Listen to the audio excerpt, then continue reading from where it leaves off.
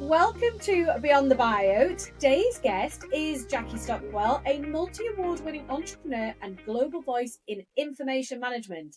Her new book, Blooming Good Information Management, introduces the Empower framework, helping leaders unlock clarity and confidence in the way that they use data. But what's just as impressive as her framework is the way that Jackie has built a standout personal brand in what many would call an unsexy or overly complex industry. Jackie's used storytelling, lived experience, and strategic visibility to become a go to expert in a technical space. And today we're going to explore how she's done it. So, welcome to Beyond the Bio, Jackie. Thank you. I'm very excited to be here. Got so many questions to ask you about your topic because let's be honest, information management isn't always seen as the most glamorous field. So how have you started shaping your personal brand in a way that actually feels really engaging and accessible in an industry that's got those perceptions? Yeah, I mean the industry itself has been a challenge. It has done a lot of change over the last few years. Certainly, COVID had a really big impact in terms of working from home. So information, people were working from home pretty much. So Microsoft 365 Teams, they were working from home. So we kind of went from physical kind of records to very much digital. Some organizations had done some of the digital transformation before, but COVID definitely gave us that kind of force. Now, I think in the industry, people don't understand the value of information. So information is gold. And us as information leaders, we're there to look after it, guide the organisation with best practices to stay legal, but also compliant under the regulations. Now, having said all that, that sounds quite, dull and mundane, really. But it's so refreshing and so rewarding to be within that industry. In terms of my personal brand, I was an information manager in the National Health Service. So I spent 10 years setting up leadership through data. And I'd spend a long time doing training courses, having presentations, and I learn so differently to other people. I'm dyslexic, I have ADHD, so my attention span is not there, and I'm a visual kind of doer kind of learner. So when I left, I wanted to set up a company that focused very much on people's learning styles, and provide training and resources and kind of revamp that kind of dull kind of aspect from the industry using visual aids, get people talking because you can share and you can learn from other people's better than you can learn from a teacher. But also it is that element of, if you're going to a training course, you need to listen to the trainer and not read what's on the slide deck. So there was like a huge kind of transformation in when I first started out. For me, it was very, very imposter syndrome, very, very different to put the company out in a completely different style to anybody else. My own personal brand is just to keep it very simple, very fun, and just use stories. So you can really catch people's attention through their emotional connection by telling a story, because we've been telling stories since we, day dot, before we could write and whatever. That's how we communicated. So there was very much within our industry a few years ago when GDPR came in. So the General Data Protection Regulations was like, if you don't look after information, you can get fined. So that was kind of you must do this, otherwise you'll get fined. Whereas now there's a real shift in the industry around telling stories to kind of rejuvenate and really get people to understand the value of information. And I do that just kind of being myself, really, push the authenticity and make it fun. Because if you're trying to copy somebody else, it's gonna, comparison is a thief of joy, really, is the things that I would say. Into that in a little bit more detail, in the sense that you referred there to having dyslexia and ADHD. How has that authenticity and sharing that helped you to stand out? So it's what I'm told, that dyslexics have a completely different way of thinking. So we can find gaps in certain areas, and fill those gaps. So my latest book, as you said, is my international bestseller. Thank you very much, Moja Publishing. My book. So what's happening now within the industry is that we've gone from paper to digital, but then we've got a bunch of soft skills. We've got our own personal belief, our own confidence. We've got public speaking, change management, and we have to be leaders to drive that influence within the business. So there's a massive thing around kind of pulling that all together. Now, what other industries have done is focus silos on each of the training courses. So you can go to one, to another, to then another. But actually, what I've created, and I think my dyslexia has definitely helped with that, is actually, why can't you merge that all into one program that allows somebody to learn all the skills? So an accelerant program that allows somebody to give it all the skills all in one, and you can increase your professional profile and also accelerate the business's information management.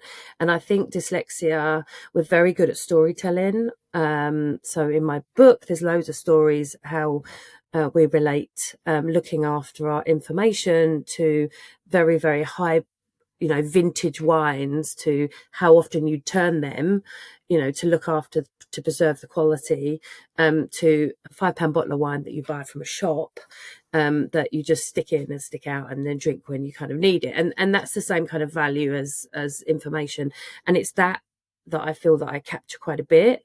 But I also don't, when I do public speaking, and I travel the world, my presentations are not boring. So I get people to move around, because training and education is so important, but it's actually providing you with a skill that you can go and take away, not just waste somebody's time in a sort of death by PowerPoint session. So it's those tangible skills to kind of take away. And as I said, it goes back to that imposter syndrome right at the start. Very different presentations, but that is how I've built my personal brand, just kind of pushing through the boundaries of what was perceived as normal to do something different. And I definitely think my superpower has helped with that. What advice would you give to someone that's in a technical or specialist field who's worried that their expertise is too niche to build a personal brand around? I don't think anything's too niche, Sophie. I would say you can have a big wide niche, and then you can have multiple niches underneath, but driving a certain niche, so my niche is being authentic, empowering, inspiring, for those kind of soft skills, that's my niche with the business. But there is no niche to be a niche. So for example, in our industry, you now need to know about records management, you need to know privacy, you need to know about Microsoft 365. So they're all niches in themselves. I would agree with that. And I think it probably links to being a bit of a superpower as well, in that if you can get really clear on what that niche is, then you're going to stand out for the right reasons. I suppose, when you're in something very technical in the way that you are, I suspect that people in those industries and probably maybe not, like, maybe overthink it a bit and think that they are too niche, but actually there's an audience for everybody, isn't there, with everything. And actually, if you're super clear and very focused on what that is, then you can stand out more. So I would agree with that. So let's talk about your book. What made you decide that it was the right time to write the book? And then how did you make sure that it was your voice that's coming through when your content is quite technical? So I'm very much around professional development. So I started a training program for entrepreneurs, and I got set a challenge to write a book in 90 days. So I'm very, very goal orientated. If I don't have a goal, nothing happens really. I've kind of known that a bit more with sort of like exercise and stuff. I need to have something to work towards. I really enjoyed, so I think the fear of writing a book can be quite intensive. Just as a dyslexic, like staring at a blank page was a fear. did pull in some of the content that I'd previously written from training courses, from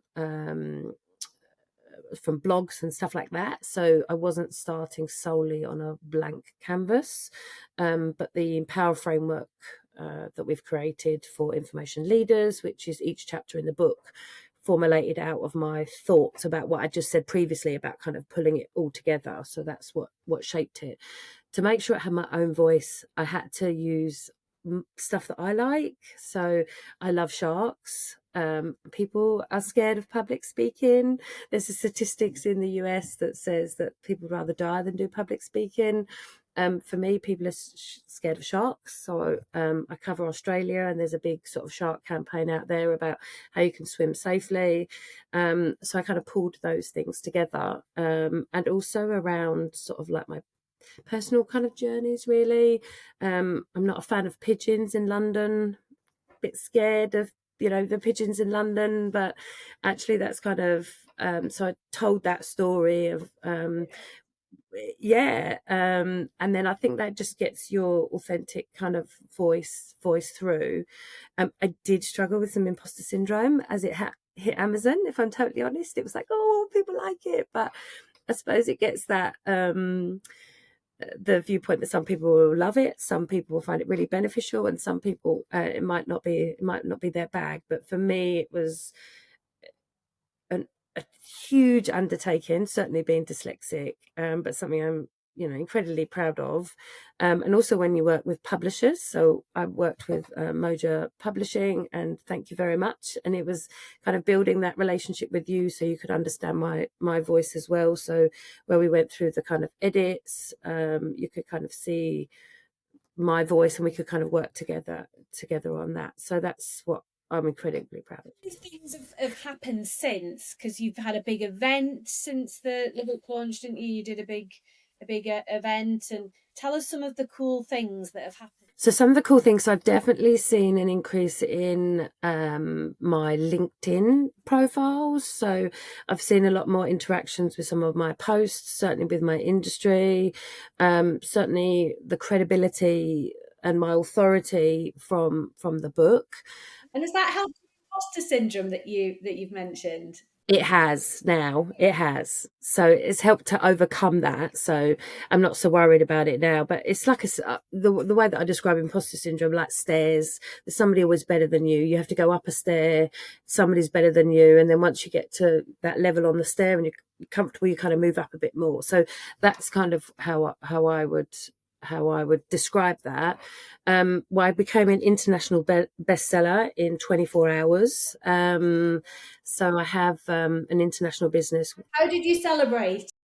I had a massive bottle of Moe, but those types of things, and like when the books arrived, I couldn't get into them. It took so long. I don't know if you'd seen the video, but I was like blubbering, trying to open this well-packed set of books. And I think for me as well, from a business perspective, it's got a lot of people to know me a bit more. So I'm just one person, but it kind of gives a lot more people worldwide to get to know me without getting to know me, if that makes sense. Does that make sense? Yeah, it does make sense. It does make sense. And what plans have you got to leverage the book? What are you going to do with it? Ooh, well, I've already been told that I should write 7 others, Sophie. So, 7? well, each on Empower. So each one Each for letter, right? each Okay. letter. So, Right. but in terms of the book, I think like the plans that I have for it is to, work with customers. Now we can offer a customer solution so they can read a book if they haven't got the budget to kind of work with us, continue to market it, work with customers, offer copies. It's on Audible as well. So that was kind of a fun experience doing that. Have you listened to it? Have you listened to it back? I have. My sister made me sit and listen to it in the office one day. And so, yeah, no, it's good. And I feel like I've got a nice recording voice as well. So that's kind of cool. But wanted to do that because obviously some of my dyslexic colleagues in information management would have wanted that, and I've had quite a few people come and ask me for the audiobook. So it's just around that accessibility, really. Exciting. Yeah, you've got to practice what you preach around that, haven't you? And have 100%. So what? Obviously, the book that is out, is doing well, is really helping in terms of building your profile. What other activities have you done that you think are things worth mentioning for people watching or listening to the show that you would advise them to do in terms of building their profile? Yeah, so I work with some amazing international partners, so information management associations. So we've started to work with them as well, and using it in a resource, as a resource kind of section. A lot of customers have said that they're going to put my book in as a resource library. There's also a UK university that wants to put it as part of their core text for one of their educational programs around information management. So that's kind of exciting. I would definitely say with your book, ensure that when you use LinkedIn, promote that your book's on there, but don't be overly sales. Give some content, and then a link to that. I'm encouraging people to review it and like it, which I think is always kind of a good thing, because everyone likes a good review. You don't buy anything without looking at a review, do you? Yeah, so they're kind of the other things, definitely, for work with partnerships. You've got your podcast as well. I do have I have my own podcast. So it's called the Journals of the Information Entrepreneur.